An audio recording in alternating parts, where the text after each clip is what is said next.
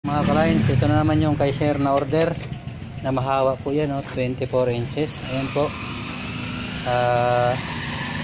Ito yung dati kong kalan na in-order niya sa akin na yung una-una pa. Gusto niya na maging curved tsaka ganito. Stainless yung kanyang air nozzle burner. Ayan po.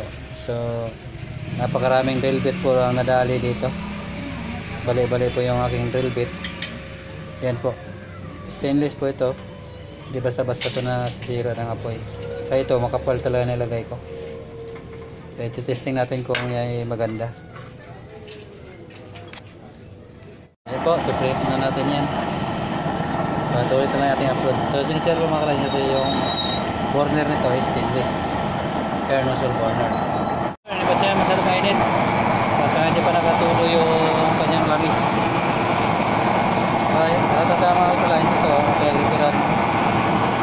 So ito nung binabalik ni sir, ito na lang chamber at plate.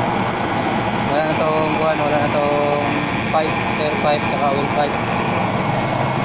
Nadagdagan niya ng stainless air nozzle burner.